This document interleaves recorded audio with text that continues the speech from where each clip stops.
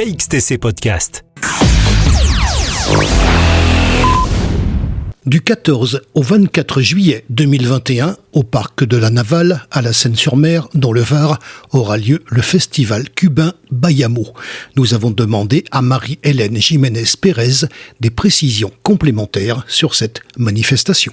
Alors c'est la 22e édition du festival cubain cette année, qui se déroulera un peu de manière particulière en condition évidemment des problèmes sanitaires que rencontre le pays. Cette année nous allons présenter ce festival au parc de la Navale en gratuit. Ça se fera dans deux temps.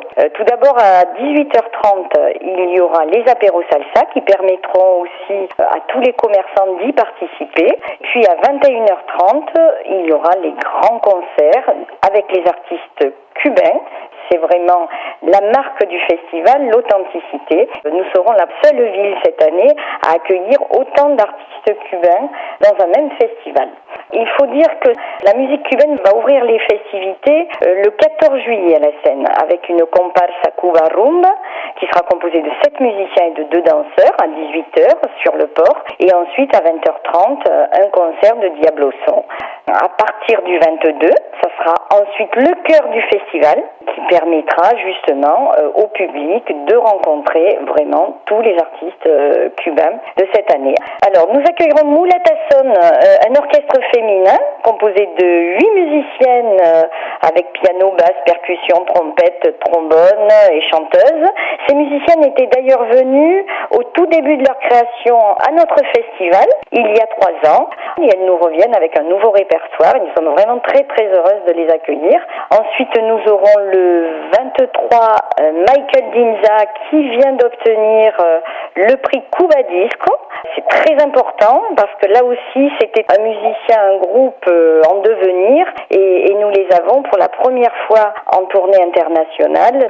Et nous terminerons ensuite avec Maito Rivera qui est le chanteur mythique du groupe Los Van Van qui nous fera le plaisir de venir, je crois, en concert unique à la Seine puisqu'il fait une tournée sur l'Allemagne. Tout ça vraiment fait partie de cette authenticité que nous souhaitons présenter dans ce festival. Alors cette année, comme je le disais au début, les contraintes sanitaires nous obligent à une configuration particulière et du coup un peu plus réduite. Le festival pourra accueillir tout de même 500 personnes chaque soir. Il n'y aura pas de passe sanitaire ni de test PCR. Seulement le masque sera obligatoire et le public sera assis. Alors ce festival est complètement gratuit. Il n'y aura pas de réservation, donc je conseille au public de venir le plus tôt possible. Les portes seront ouvertes à 20h. Ce festival est gratuit parce que c'était aussi la volonté de la ville de la Seigne et de son maire Nathalie Biquet de pouvoir offrir aux Seignois cette musique et cette culture si festive. Je tiens d'ailleurs à remercier très sincèrement la ville qui nous accueille et pour son soutien indéfectible, mais également le conseil départemental, la région et la métropole Toulon-Provence-Méditerranée. Effectivement, sans toutes ces institutions, nous ne pourrions jamais faire ce festival. Sans oublier bien entendu toute l'équipe de Bayamo, qui est une équipe composée de bénévoles, de techniciens, des gens qui sont passionnés et qui ont envie vraiment de travailler pour offrir tout ça au public. Alors il y a aussi un aspect qui habituellement est présenté dans le festival qui sont les arts plastiques. Cette année ça sera un peu différent puisque nous n'avons pas de lieu dédié à ça à cause des contraintes sanitaires.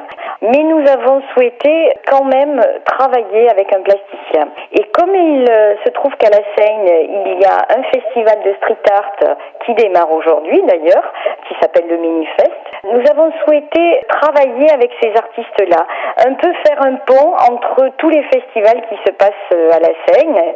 Nous avons invité un des artistes de street art, Kos, à travers le collectif Graphic Art. Et le 22, à partir de 10h du matin et jusqu'à 18h30, début des apéros salsa, avec le groupe Cagna Sante, il donnera libre cours à son imagination pour mettre en image sa représentation de la musique cubaine. D'ailleurs, il y a aussi un lien très fort avec le visuel du festival cette année, puisque l'affiche du festival a été créée par Graphic Art, et je tiens d'ailleurs à remercier Magide et Cassandre, qui nous ont donné aussi une image et un sentiment un peu plus moderne.